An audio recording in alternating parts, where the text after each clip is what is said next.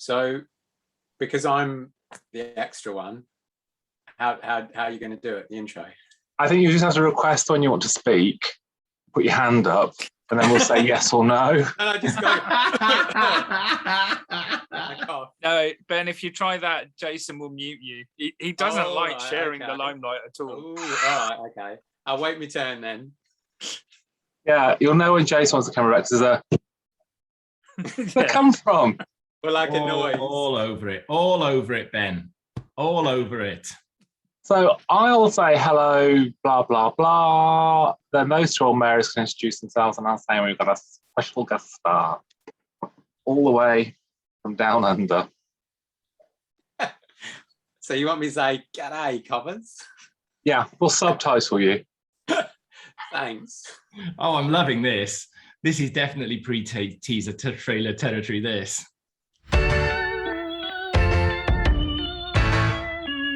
Hello everyone, welcome to a special edition of Talking About Who. This time it's not a full season, it is it's a release.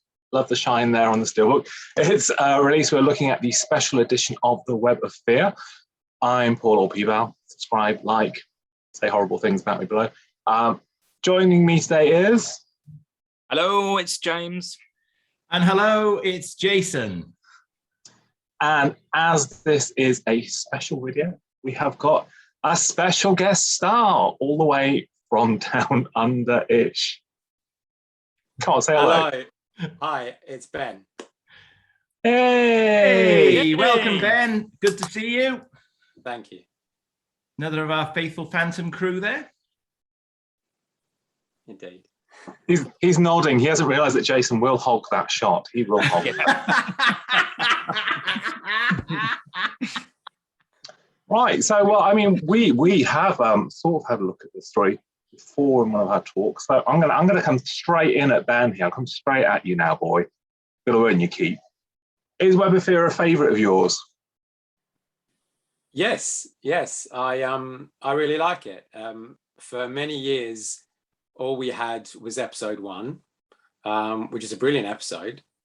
But it was always that you got to the end of the episode and you thought, why can't we watch any more? Because the rest is missing. And then finally, in 2013, we got to see almost all of it, apart from part 3. But yeah, it is a really good episode. I mean, a really good story. Sorry. Season 5 is a great season, and it does definitely live up to its reputation, the monster season. And yeah, I think Web of Fear is a great story. It's fantastic to have all of the episodes back, and you get a whole sense of, you know, where it starts and where it finally ends. And yeah, it's great guest stars. The Yeti are really, really good, and obviously they're very different from Abominable Snowmen. But yeah, it is a favourite of mine, and I really enjoy it. See, I'm not going to really remember here on the last video where we stood on the Yeti costumes. I think I might have said that I preferred the first one, and I'm going to stick with that.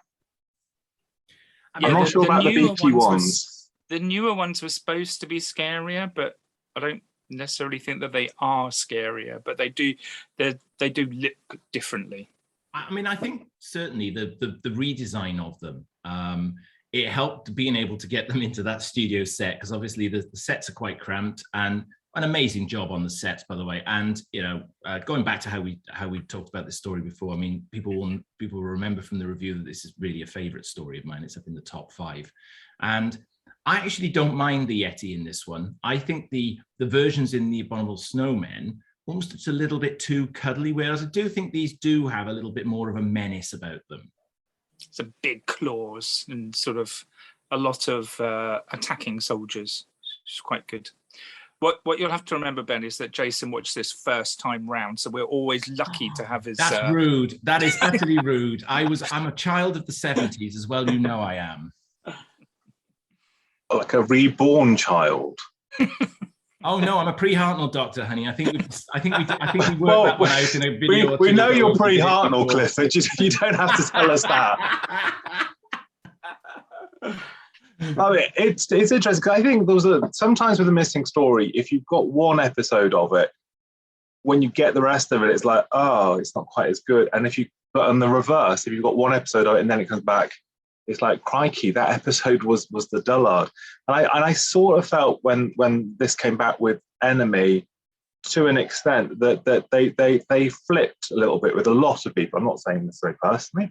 I think for a lot of people, they were like, Enemy went from it's not all a cardboard corridor and it's all about it's a big sort of epic Bond thing. And I just wonder whether because there's a lot of the film stuff's in the first episode of Web, and then people are like, oh, it's a bit slower than I imagined it to be. I mean, the episode that's missing still is the first episode with Nick Courtney, isn't it? It's the start of that character that would go on for many years within Doctor Who. So there is a significance to the episode. Does it make a great deal of difference to now you've got the other five? I'm not sure that it makes a great difference to overall loving of the story, but it is a part of Doctor Who history that's still missing. Oh no, I'd absolutely want that back. For me, it's one of the definitive missing episodes now. I mean, to think that as the story goes and as Phil tells the story, that it was there and it was part of the film sets when it was there originally, and obviously the story's legendary. It got swiped by somebody and off they went with it. Everything else that went with it. But actually, I think to have had this one back complete would have just been the icing on the cake for me. Having that gap there just somehow feels like we were robbed of something that we should have been able to see visually. I mean, I'm in utter awe still for Phil. I mean, it's a lot of flack, but he's brought back these episodes. He brought Enemy of the World back. He brought The Web of Fear back. And to be honest with you, Web of Fear was one of the most wanted stories for me. That Target book cover is so alluring. When you look at it, you can only imagine what this story set in the underground was like. And actually to get it, there are some people that have criticized some of the production values, but the sets being a little bit chunky and wooden and what have you. But actually, if you take this in the realm of it being a 60s BBC television production, given the limitations that they would have had in studio and such as, I think this is actually a fantastic achievement for the production team at that time. And I genuinely think Douglas Adams has got something to be, or would have been tremendously proud of this story, I'm sure. And rightly so, because I think they managed to pull off a design brilliance. I can forget the wooden floors. I can forget that they reuse the same elements of the tunnel from time to time, because actually I genuinely look at it and get immersed in the fact that I probably am in the underground. And they thought they were, weren't they? Because they were banned. I think we talked about this on the first review. They were banned from filming in the underground. And then when they saw the footage, they thought they actually had filmed in the underground because it was, so detailed. The platforms. I know there's a few continuity things where you can see the signs aren't necessarily great or the text isn't the same, but actually, the tunnels with the pipes and everything look really realistic. Well, I'll say before viewers at home write in, I'm sure Jason meant Camfield, not Adams. Oh, I'm so sorry. I've done that again, haven't I? I always do this. I get carried away. I mean, I'm fairly sure Douglas Adams did love The Web of Fear. I mean, I'm sure he did, but I was indeed, viewer, I was referring to Douglas Camfield, that's for sure. Sorry about that. But it's fine. If you're worried, you could always buy the biography from Phantom Publishing. Well, yes, indeed you could. And I may have to, it appears, to remember his name. I mean, we've spoken about the gap, and as we are reviewing special release, I'll stop waving it. I'm not selling it. I don't care if anyone buys it. Where are we at on how episode 3 has been plugged? Just to clarify, I think because I've been watching the extras, I am channeling my inner Watling from the missing years. So everything's got a slightly saucy way of saying similar footage also exists. So how do we feel about episode 3 and how it's been plugged? Go on, Ben. Plugged. Well, there's three options, aren't there? You can go black and white, you can go color, or you can go telesnap. Well, you can actually end up watching episode 3. I think it's 5 times, because you can watch the story with the black and white animation, then you can watch the color animation, then you can watch the recon, then you can watch the recon with Fraser Hines narration, and then finally you can watch it all again for the commentary. Spoiled for choice we are. So, which one did you prefer? Which one did you prefer? That's a question. Oh God, I think the recon's really well done, because it's obviously an updated version from the one that we got on the vanilla release, and yeah, I think they've done a really good job with that. Obviously, the animation divides people, I'll say, but yeah, it's the animation is interesting. Let's put it that way. It's a completely different style to what we've seen already. It's obviously now a 3D modeled animation as compared to the 2D one that we've already had.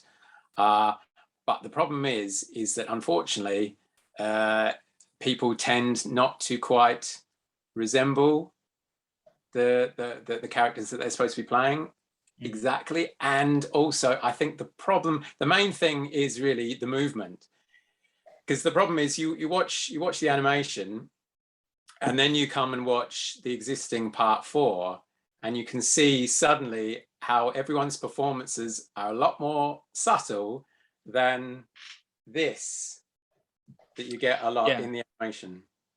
Well, one of the insulting things they actually say on the commentary for the animation is that a lot of these actors were theatrical, so their movements were over-exaggerated in it. It's like, no, because if you were an actor in theatre, you would act differently to how you perform on television. So to say these were theatre actors, that they would all be waving their arms, right? It doesn't bear witness to what you're showing on screen, what you can see on screen. That's I right. think that's the distracting thing. I think you're right. Is if you're in a, let's say for example, we were all in real life, we were all in a room, we would be moving all the time.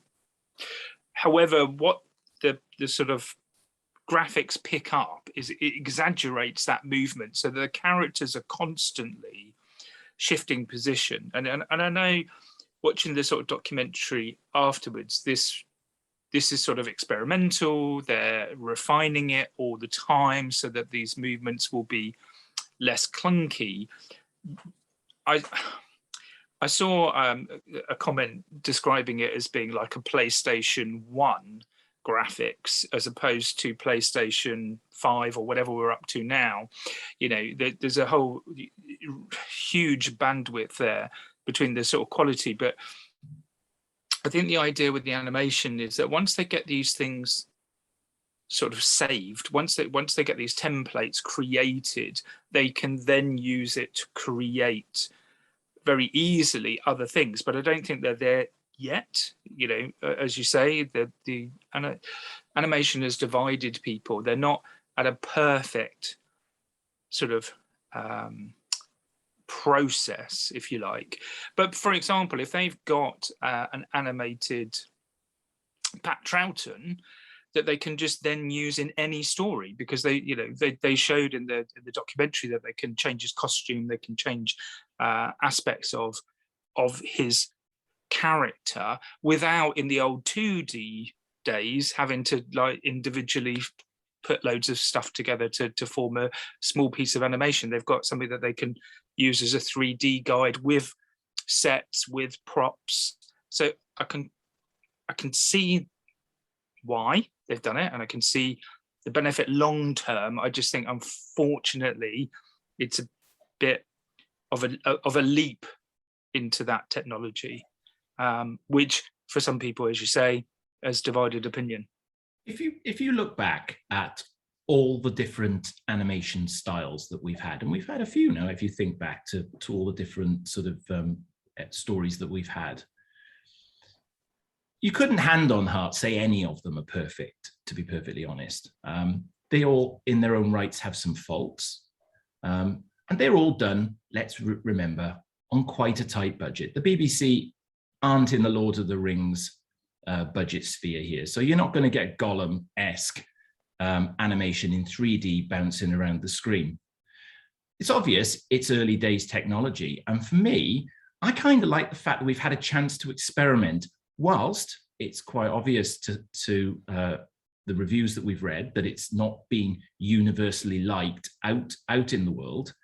You've got to start somewhere with something like this. And, you know, the decision to put it into one episode is probably the right decision, because obviously there's now an opportunity, if it's used again, for it to be refined, and therefore potentially the next release or the next couple of releases, you see a gradual improvement to the movement. I find watching the animation easier than the telesnaps. Absolutely right. It's not perfect in some areas, but you know what? It's a damn sight better than having no animation at all. So, you know, for me, I'll happily sit there and watch the black and white version, bridges the gap between the two episodes, just fine for me. I mean, there's multiple things on that, I think, I'd say. The likenesses, I mean, Victoria, if you weren't told that that was Victoria, you would not know. I'm sorry, but she looks nothing like her. So for me, I think I'm not asking for photorealism, but I think something approaching what you actually had on screen isn't a hard call. I also would say that the team that made this also did the Fury thing before, and the Fury thing wasn't terribly well received because of the strange mystical arms and all that. So you'd have liked to have thought they'd have honed their experience of feedback from that to go into a process that worked for this, which is just one episode rather than doing the whole thing.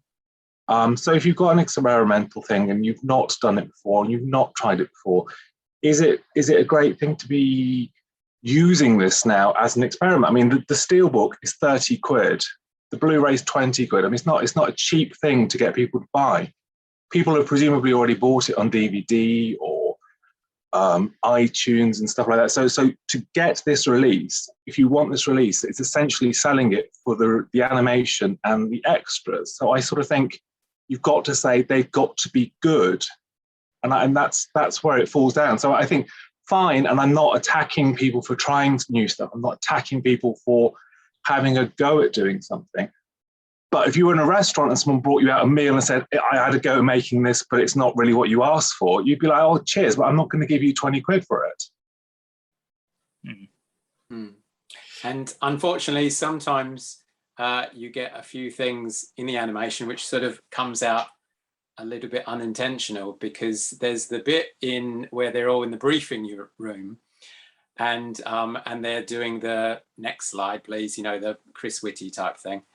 And there's a bit where Troughton says, oh, look, the Yeti have changed in appearance. And then they've got a picture of the Yeti. Now, unfortunately, where they've animated the Yeti in the bit on the screen, the bit where the sphere goes, they've sort of in the actual episodes, obviously it's all covered by fur, but here they want to sort of accentuate it a bit more. So they put these sort of stripes on. So it actually looks like, and the Yeti's sort of got his arm up like this. So it actually looks like the Yeti's got one of those Victorian bathing costumes on, and it's sort of at the beach. so the you know, it sort of comes across as a little bit, you know, and then the bit with the Yeti in the tunnel when it's sort of summoned and it's sort of walking a bit sort of strangely. So yeah, I know it's tricky to get right, but especially movement, I think that's the main thing that people out of all the animation, you can probably pick movement as one of the most difficult things to do, because people going in and out of rooms and stuff, rather than how you or I would walk in and out of a room, they're sort of, you know, either sort of backing away like this or sort of turning really slowly like this, and it's a little bit. I think, yeah, there's a point where Professor Travers he goes to leave the room and he sort of almost bends right backwards before he goes. And I was thinking, how tall is he? He needs to do that to go out the door. And I go back to what Jason said. In all the animations, there's anomalies that you watch and you pick out. I'm the same around the telesnaps. I find it quite difficult to watch telesnap reconstructions. I'd actually rather just listen to the audio than just see the collection of photos. So the animation is easier for me, but I don't think I could watch, if let's say all 6 episodes were missing, I don't think I could sit through all 6 episodes in this style as it is at the moment. And I do get your point about people going out and buying it and maybe being disappointed with the animation. If it had been a whole story, absolutely, I would be like, what is this? I think as one episode, I can live with. But I want this technology to be improved and refined, and there are still quite a few stories out there that could still be done. I'd love there to be a foolproof way of doing it in any of the styles of animation, whether it's this 3D, whether it's the 2D. I'd really love a company to crack it and be able to produce something that you can sit there and devour. Well, I mean, we really enjoyed watching Macra. I don't think there's anything wrong with the animation for Macra. I think there's that sort of thing that actually it's all 4 episodes. There's nothing to differentiate that. Macra, I think, really works. And that's the style that's going to be used, because there's so many people pitching on this. That's the style for Evil of the Daleks, isn't it? So that's going to be the style for that. And I think that works. I mean, it's not a go-to. It's still not a realistic interpretation of what's on screen, what you'd had originally, and you're not going to get that. There's no replacement for the actual things coming back. Apart from those slightly creepy things you see now, where people use the apps, don't they, now to sort of fake the telesnaps into moving, and it's a little bit kind of like But I mean, I guess at some juncture that's probably where we're going to end up. That we will, yeah. That kind of creepy telesnap morphing. But I kind of quite like that as well, though. Because the telesnaps for me, the difficulty I've always had with them, and it's just, I think this is just it's down to everyone's individual perception of them. So I'm not knocking the telesnaps here. I think there's a lot of love and a lot of care and attention gone into generating those over the years, and they've gone back and they've regenerated them, and they've got cleverer and cleverer. And the one for Evil, as you've said, it's quite right. It's got moving bits in it. It's got moving Daleks and so on and so forth. That might be the next big thing, is that we actually do get to a point where we can take a still and effectively generate those frames between the stills, and you could end up with something that is much more lifelike ultimately. I mean, even if you look at that, I mean, I remember that coming out 2 years ago. There was the Face app where you could make any sort of picture reanimated. I saw one just the other day on Twitter, which looked really amazing. I think it was Tom Baker. It was amazing. It was sort of done as a GIF, but it was using one of these apps. So I think even with that, we're seeing that getting better and more realistic and more lifelike. So yeah, you're probably right. We probably will end up with something. And those like deep fake videos where they, I don't know if you've seen the one which is Back to the Future, where they've replaced the characters with Robert Downey Jr. and who's the young guy from Spider-Man? Oh, Tobey Maguire. No. Andrew Garfield. No, the other one, the really young one. Oh, Tom Holland. There, yeah. We're all showing our age now. But they've replaced the characters of Doc and Marty with those two, and it's just amazing. The way they've been able to do that. So who knows what would be possible? But like you say, Jason, it comes back to budget as well. But when you agree a budget, you know what you can do within that budget. So to sort of say, I've been given however many £1,000 to do this, I can do this with the money. Don't do it then. There are plenty of people pitching for these things. So if you can't do the project to a degree where it's going to work, don't agree to do the project. I think that's harsh, but it's where you've got to be at, really. Everyone on this release is working to a budget. So not just the animation, if you've got a commentary or if you've got a documentary, everything within that has got to come in to a certain price. So there. Commentary. Did anyone listen to the commentary? I'm looking out for silent faces now, blank faces. Did anyone listen to the commentary? They're all blanking me now. No, I'm going to be very honest and say I actually haven't yet had an opportunity to watch the commentary. I've certainly watched all of the extras, but I haven't gone back through fully and done it with commentary on this occasion. How did you feel about it? Now you see. It's a slightly loaded question, that is, Jason Clifford. Sometimes I can be cheeky as well. You know what? It's not a bad loaded question. It's a slightly loaded question because obviously, when these two stories were initially brought back and released, there was nothing on the discs. There were vanilla versions of both. So at the time, there were no commentaries. Which at the time, I've got to be honest, I did think was a little bit of a missed opportunity, really, for these two releases, particularly Webb, because you could certainly well have got together a really good set of commentaries, given that they could have just held the episodes back in secret a little bit longer and not rushed them out in quite the way that they did. I think the original notion was that they would have just had Fraser and Debbie to watch the whole thing, which, if anyone's listened to the Who Talk commentaries, that's not really our method. I think if you have the same people watching the whole story, give or take, I think if you watch Tom and Mary watching the whole story, it's quite funny. It's perhaps not going to be insightful, but it's funny. But for the majority of these, and especially I think the further back you go, if you just sit, Carol Ann and William in front of 6 episodes of something, by episode 2, they're going to want to go home. So is it actually, we did, so cutting a very broad story short, we did a Who Talk commentary for Enemy and for Webb. And actually, bizarrely, quite similar in terms of who ends up on what, I think. There are differences, obviously. Toby does both of them, bless him. He's the moderator and he does a great job on this. There's a very sparky moment, actually, on the disc version. Special edition where Tina Packer is on, and Toby asks a question about her being a trailblazing feminist within the story, and Ralph Watson says, yes, I think she was a trail, and then she goes, that as a feminist is what's wrong. He asked me the question and you have answered for me, and it's one of those. It is one of those moments where you're like, oh no, but Toby he rides that storm out quite nicely.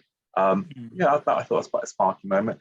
John Levine disappears halfway through his episode, so I can only imagine he got a train to catch or something. He just says goodbye and he's gone. But no, it's fine. It's what it is.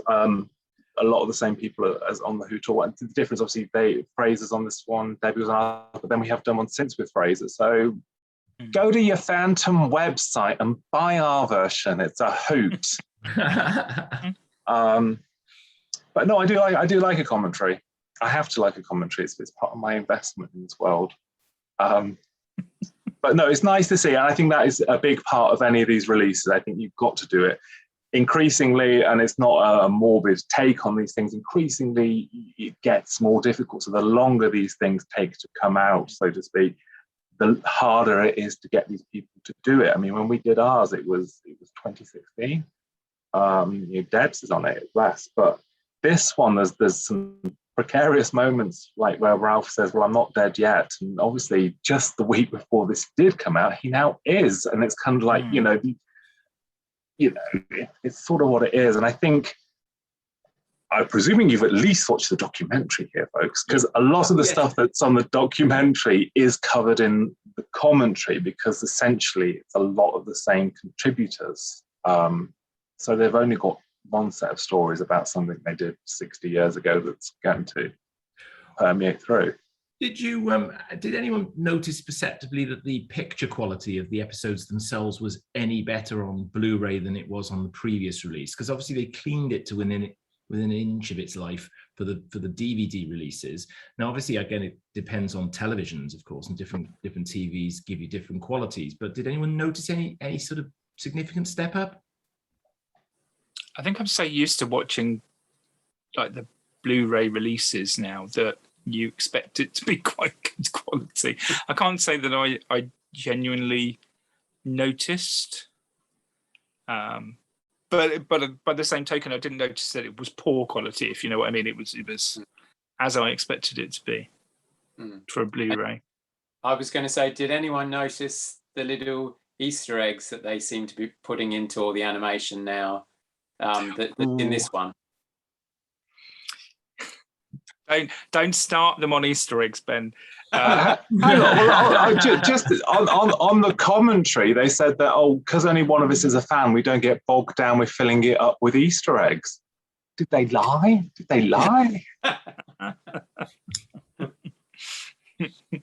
We've just recently reviewed some animated stories, and I'm normally the one that goes, "Oh, look at this Easter egg," and these two are like, "Oh God." They weren't in the original. Roll Statos off again, Lucky. But you always bring them as stats. You present them as these special, magical, mythical stats of yours. You'll be telling us next the Quarks were due to be in the Web of Fear. Do you know they weren't? But actually, in Thunderbirds, they had a Blu-ray special edition of the Web of Fear before it'd even been made. Incredible. waiting for that. Watch our season 4 review, folks. Ben, in about 3 weeks' time, you're going to understand that joke. So what are the chocolate eggs on this one then, Ben? Well, you mentioned chocolate. It's when what's his name? Driver Evans gets some chocolate out of the machine. It says Camfield chocolate. Yeah. As in the director Douglas Camfield. Yes, Jason. Thank you for reminding me yet again that I got his name. Didn't he do Hitchhiker's Guide to the Galaxy? Oh, yes. Oh, I'll never live this down, ever. And the other one is at the very beginning of the episode when Evans and Jamie are in the tunnel and all the screeching is going on with the web and so forth. There's a poster for something called Shifty Business, and it's Gary Russell dressed up as a brigadier or something like that, and all the animators underneath in like prison outfits. So yeah, that's meant to be some sort of a code for working conditions. Maybe.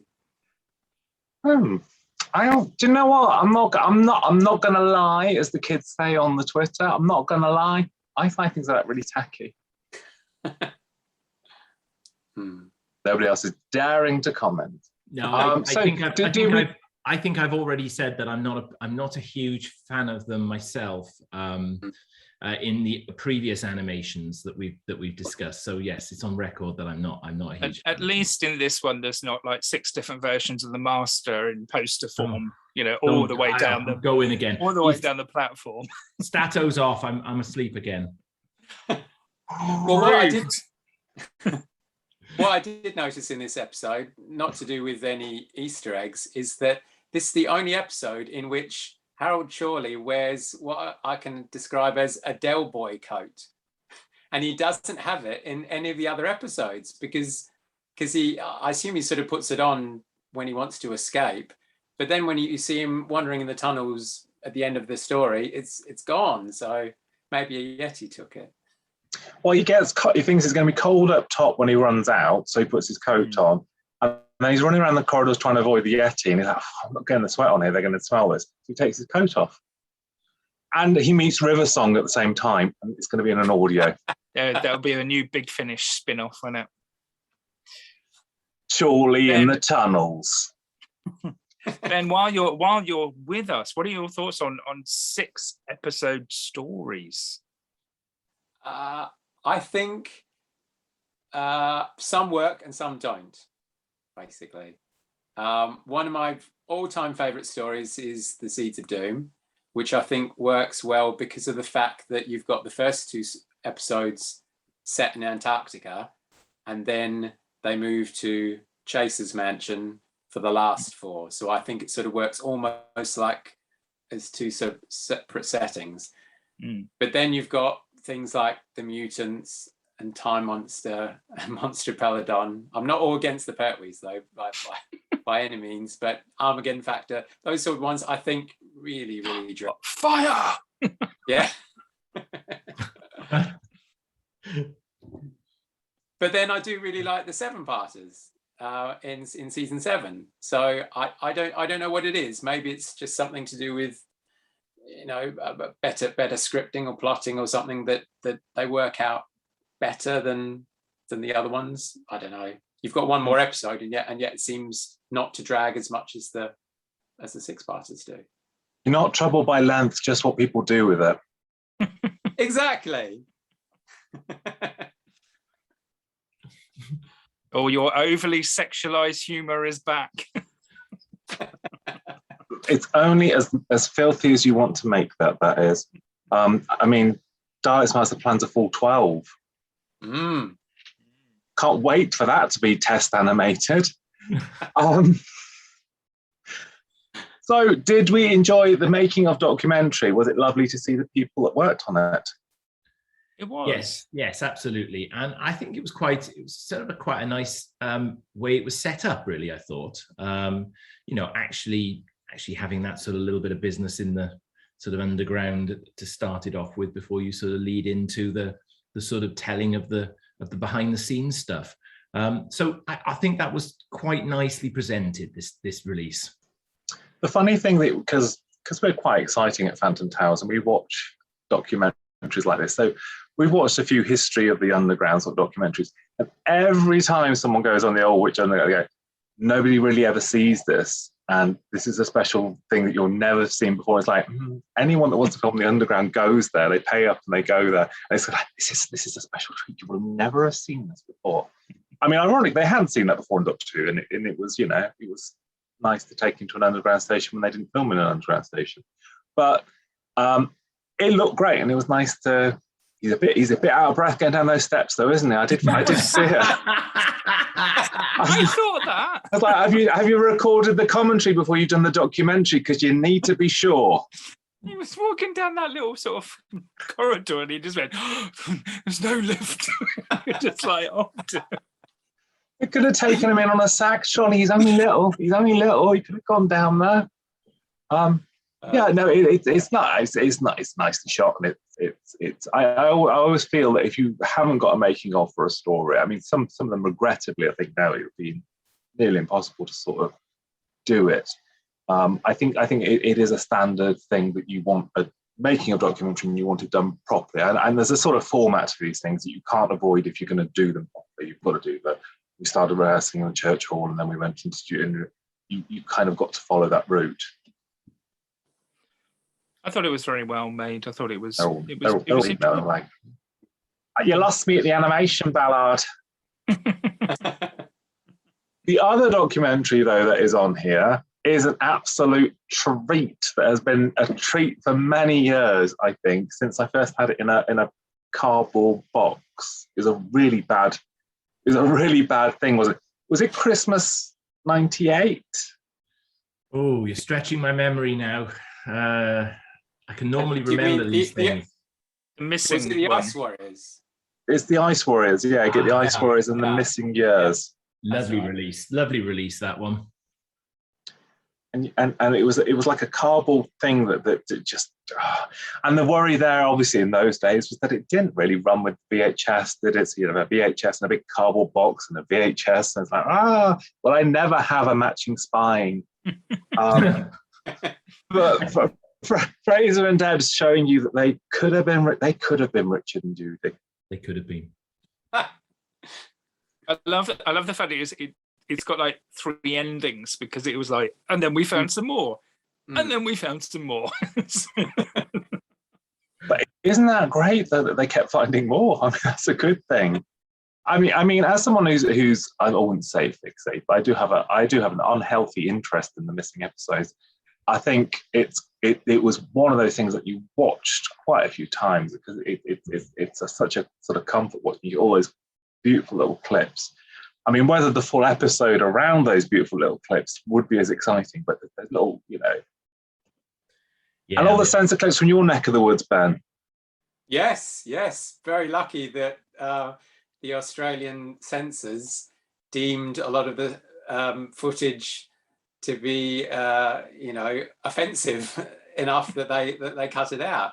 But no, it's very true because growing up in Australia, when I was watching a lot of, I grew up watching a lot of Tom Baker and John Pertwee because they repeated them in the 80s. But lots of them were absolutely cut to bits. And it wasn't until some of them would come out on VHS that I'd think, oh, I'll have a look at this. And then I'll suddenly think, wait a moment, what's this bit? And there'll be a whole scene that I've never seen before because it had to be cut out. So, yeah. Was it just acceptable that it would just literally someone would go towards you with a dagger, and the next minute the character just wouldn't come back? I mean, was it just normal that you got things like that happening? Do you mean just for Doctor Who or for? Yeah, well, generally, I suppose, because I suppose it would only have been imported things that would have been affected. I guess. Yeah. I mean, I don't really know any other programs that would have been done. I mean, they cut all sorts. They cut the goodies. As I said, they cut Doctor Who. Loads of things. So, but certain cuts were done quite subtly. There was a bit in Android Invasion where Sarah, when the TARDIS disappears with a key in it, and then she comes over to the. Oh my God, he's actually been censor cut. He's been censored. Oh no, the Australian censors have had him. Oh my God. Back to us, Ben. Come back. They took you out for the filth. That's it. Oh my God. Wow. The Australians, I can't believe you've been Australian censored here on one of our videos. I was. I'll have to find the missing bit and put it back in. We can get Marquez to put the sound back with it and all that. Nobody will know. Nobody will notice. Thank you very much. Thank you. No, what I was going to say, just quickly, is that when she puts key in the TARDIS door, it disappears, and then there's a bit where she comes over to one of those pods, and it sort of opens, and she comes up to say, "Are you all right?" And then suddenly the guy sort of grabs her and starts strangling her, and then she runs off. But in the cut version that we always saw, she sort of looks at the pod and then just sort of walks off. But the way they did it, it didn't make it look like anything was cut. And it wasn't until years later I saw this bit and I thought, oh wow, there was a bit cut there. Whereas there were certain other ones which were really obvious the way they cut them with, it was usually like knives or threat of violence or something like that, and suddenly it would just jump and the music would jump and you think there's something missing there. And yeah, it wasn't just imagine the Australian censors just putting out an episode of Doctor Who that was literally just all the violence, just all the clips that they had. Yes. I actually genuinely wish the Australian censors had taken the censors to the whole of the 7 episodes of Marco Polo. We'd likely have it back by now if that had happened. No, because they did have a bit, didn't they? And it was in the wrong. They did cut a bit out, but I think when Damien Shanahan did all his research into the archives and then got there, I think he said that I can't remember. It was something like a certain amount of time had passed, 30 years or something like that they kept the stuff. And when he got there, the year had passed for Marco Polo already, so that's why he didn't find that. So we assumed that they'd been that bit already. Whereas when he found the bits, it was sort of from, like 66 or something like that onwards, 65, 66. So it was anything from there. I do know that Australia received all of Master Plan, and they went through it, and there was so many cuts to be made that they just couldn't do it. That they realised it was going to be too much work, so they sent it back. That sounds like the animation team. It's too much work. Send it back. But did they send it back? That's the whole point. Of course, Missing Years also does have that glorious moment, slightly in a similar vein, where Levine does his. It's not unreasonable to think that the Space Pirates could turn up in 1998. And he's doing all that, and then it's that thing of, you know, nothing's going to come back ever again, nothing. And then there's that good little addendum to going, well, since this. Never go on camera and say never. Never do it. It can never reward you, can it? Because genuinely, you know, I whilst it's been now a number of years since Phil brought home the last finds, you know, you've got to live in hope that somewhere out there, even if it's just another one episode, there is more out there. I mean, we know Web of Fear, according to the story, part 3 is out there because it was found, and it was in the 6 tins that were photographed alongside the tins for Enemy of the World. So, you know, we know that one's out there. There's also, from what Phil says himself, he's aware of a number of collectors that potentially have got up to, I think it was up to 6 episodes, I think he said when he did the interview with me, when we did our Zooms a little while back. So, you know, the private collectors are really where we've got to look next. We know that potentially they won't give them back. But you've got to live in hope. And I do. I mean, I'm a big fan of the missing episodes. Unlike you, P-Bal, I'm a big fan of the missing episodes, have been for many, many years, got caught up entirely, wrapped up into the Omni rumor that, you know, we were all of a sudden getting 276 million episodes back. And, you know, there were seven copies of Marco Polo complete, you know, all in different qualities. You know, we all got wrapped up in that. But you, as a fan, there is a part of you, if you love old Doctor Who, and especially as I do, there's a part of you that will never give up the hope that these episodes will eventually, or 1 or 2 will come back at some point in the future. I guess the sort of legacy of the 2 stories coming back from Nigeria, and essentially, I'm going to call them 2 complete, because give or take your episode 3 being taken by a station manager, and before that, I mean, Tomb 92 was the last full thing, but it's always just been bits and bits and bits. And you know, you'd be grateful for an episode or grateful for a clip. But the thought that in 2013 or 2012 they came back there, but 2013 is when they were announced, 2 full stories, is all of a sudden it's like, actually, it could happen. If you'd have said the year before, you can get 2 full Troughtons back, you'd be like, yeah, I don't buy it. You might get a clip of it, you might get an episode of it. But I don't believe there's anywhere in the world where you're going to find 12 episodes on a shelf. It's been done. It's been searched. So I think the lasting legacy, and we're on the approach to 10 years now, aren't we? Really? Wow, we are actually. Yes, you're quite right. I think this is actually the longest gap now since they started finding stuff. I think because I think before this, the longest gap I think was between Tomb and The Lion, which was about 8 years or so, and it has been slightly over that now. So we are really due something else soon, I hope. The difficulty, I think, with Doctor Who is that Doctor Who, in all different formats, people perceive as money, and they see a lot of money, and it's got a worth, it's got a value. So Talking Pictures, for example, have been showing lots of things that they've discovered recently, lots of different shows, and they've come back from they've got a new series on, and we watched it the other day, and they said that they'd found this children's series from a collector in Hull who just sold it them because he didn't want it anymore. But the difference between children's TV series that you got on film in the 1950s or a No Hiding Place, you know, if you're going to sell a No Hiding Place, who's paying for it? Nobody's paying for it. If you've got episode 4 of Marco Polo, someone would pay you for that. It might not, the BBC physically can't pay you for that, but a collector might. It's a bit like City of Death. It'd be an expensive brag, but you'd be the only one that would have that episode. So Doctor Who, I think even more so now as it's got bigger and bigger, it's a trixier thing, isn't it? If you found a missing Doctor Who episode, it would have a worth. And that's probably to the detriment, because you're right, people understand that and know that now, and that could potentially preclude other episodes coming back to us, because, you know, it's got a perceived value, and the BBC, we're quite well aware, won't pay for their property to be returned. if there is a commercial value to it, they just don't see that potentially, and therefore that commercial value is not passed on to whoever it is the finder. So, I think it's a bit of a shame that potentially anything found could fall back into the hands of collectors. But in all honesty, when you think about it, you've only got to look at other TV companies out there who've got archives full of stuff from the 60s and 70s.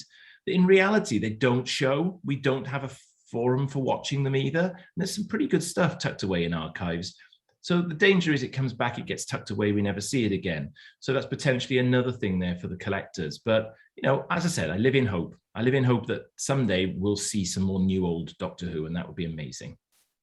I mean, if episode 3 of Web comes back now, does that mean we get the extra special edition where you can watch the real episode 3, the color animation, the black and white animation, the telesnap with narration and a commentary, and then maybe a new commentary because the episode itself is then back? I mean, we could be watching Web of Fear 7 times. I would splash the cash for it just as much as any other Doctor Who fan out there, I'm sure. Yeah, you'd be straight to CEX with the old one, though. eBay. get the finances back on it. Oh, yeah, there's only one.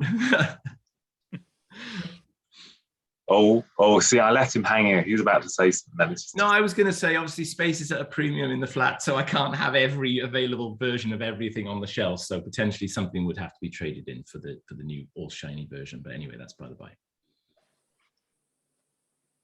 That's a very see, you've done it again. It's that whole let Clifford hang thing, isn't it? It was a very practical thought, and I think maybe people at home needed to take that in. Yeah. Well, I'm glad they did. Since he's gone to his care home, space is at a premium. I am quite happy where I am. Thank you very much. Oh, you've done it again. Look, twice in one video. It's just not good, is it? So I think we are probably drawing to go. Do we think then? Actually, before we do a summation on that, I'm going to ask Ben because we've already scored this. As I recall, I gave Doctor Who and the Web of Fear an 8.5. I think Jason gave it a 10. I did indeed. It definitely got a solid 10 from me for the right reasons. A classic, proper classic. And James, what did you give it? I gave it a 7. Cool. Oh, did you really? Oh, crikey. Oh, Telly slaps. Oh, really? No, but only one episode of them. There's 5 episodes without, dude. It's not that bad. I mean, I've seen you score worse stories higher than that. Maybe he hadn't had a gin that night. Rude. I never drink when I'm doing these. Just the one bottle of Gordon's. Okay. So are you with the cool kids like me and Jason, or are you with that old Mary and his bottle of gin? Well, where do you stand on the Web of Fear, Ben, score-wise? Score-wise, I would give it an 8. I think it's a good 8. Good 8. Get 8, get 8, mate. So the question then that we must pose, that I'll get it back out in my QVC style. Ooh. I'm worried about what it's going to reflect, actually. No, it's all right. There we go. Oh, it's like when you do the competitions on going live. Anyway. I have to say, I love that you keep it in the wrapping and just cut it across the top there. I kind of think that's quite a thing there you got. And in the same motion, if it's like a box set of DVDs and there's lots of DVDs in it, I cut down. I like it with a little seam. I cut down the seam and I push it in, so it's got a little plastic protection around it. Oh, I tell you what, it's great. We're really getting the insights out in this week's Talking About, aren't we? It keeps your box nicer. That's all I'm going to say. Right. So, do we feel that the Web of Fear Special Edition is worth the second investment? Who wants to go first on that one? Not me. I will go. Did you want to go first, Ben? Okay, all right. Yes, I do feel it's certainly an improvement over the vanilla release. So yes, I think it's a definite definite thumbs up. Okay, James, where are you at on it? Yeah, I agree. I think there's some really nice extras on this DVD. Haven't listened to the commentary, but will do now based on your recommendation. And I prefer the animated version to the telesnap. So it's a thumbs up from me. Okay, Jason, has it been a hit in the care home? Well, you know what? I've scored this story a 10 for a very, very good reason, because it's a bloody good Doctor Who story, and it's one that I grew up wanting to be able to watch the televised version of it. So any opportunity for me to have a chance to do that is always going to score high. Okay, it's the release we should have had potentially the first time round, so I'm sort of can't quite forgive the BBC for that. But they've really put some good stick into this. I think you've got sort of, you know, really good documentary. Actually, we haven't talked about that lovely little vignette that they did on Jack Woolgar, and that was absolutely gorgeous. The little where he does the recordings of his voices, and actually hadn't quite twigged up until this point that he was the voice of the intelligence after all these times I've watched it. So there were some lovely new things to see in this release. Obviously, we've talked about the animation. You either like it or you don't. You can watch it in a number of different varieties. So it adds an extra option to where we are with it. So for me, absolutely a thumbs up. I cannot believe you missed the opportunity to waggle your Marmite. Well, no, the Marmite will never come out for the Webosphere. No, but you said the animation, some people love it, some people don't. That's the Marmite slogan, you mad mare. Well, you know, I can't have the props here every week. I've actually eaten all the Marmite, so I haven't got any at the moment. Ben could have waggled a Vegemite. Oh, Yeah, I could have. Yeah, you could have. Aussie Great. alternative. We're international. We're international for this one. Hang on, let me go and rummage in my bin. I'll see if I get the Marmite somewhere. Ben, what time do you get your dinner, Clifford? Oh, okay. Can we just check that Ben's okay, because he's not sat through one of Jason's summaries before? No, I've watched these. I've watched these things. I know what they're like. And still you agree to join in. Wow. The check's in the mail, right? Yeah, along with another one of Jason's summaries of how much you're getting paid. You'll never get to the end of it. Do you know what? If I was being a contrary person, and we know I'm not contrary. No, that doesn't happen. I'd say if you'd already got the original DVD and the Phantom commentary, you're set. I think you're good on it. If you haven't, and why haven't you got those? Support your Who Talk. It's nice.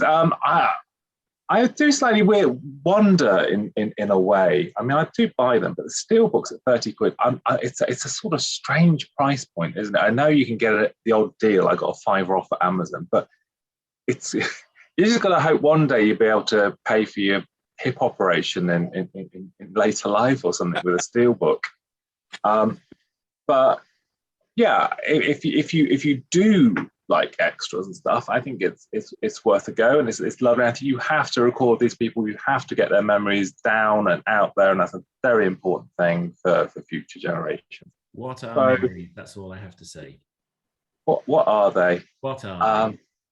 So I'm gonna look. It went from that to I think if you're buying this just for the bad animation with people with the broken necks walking through sets, then you're going to be really disappointed. If you want some actual extras about the show, then you'll love it. So I'm sort of going. I'm going like I'm not giving it the full up, but I'm not giving it a maybe either. So, what are you, semi? What's going on there? I'm only halfway there, and the Webosphere Special Edition won't get me the whole way. Well, there's a way to end this week's recording. On that bombshell. But lots of nice things about it, and if you do like Doctor Who and the Webosphere, I'm sure you will enjoy it.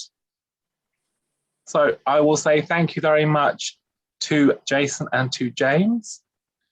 Lovely to be here again, as always. James isn't saying anything, so it's No, just I did. all Jason. Jason just jumped in over the top of me. It's fine. We're all one happy team here. And thank you to our special guest star. Look, this is like with special guest star billing. Ben. Thank you very much. Thank you for having me.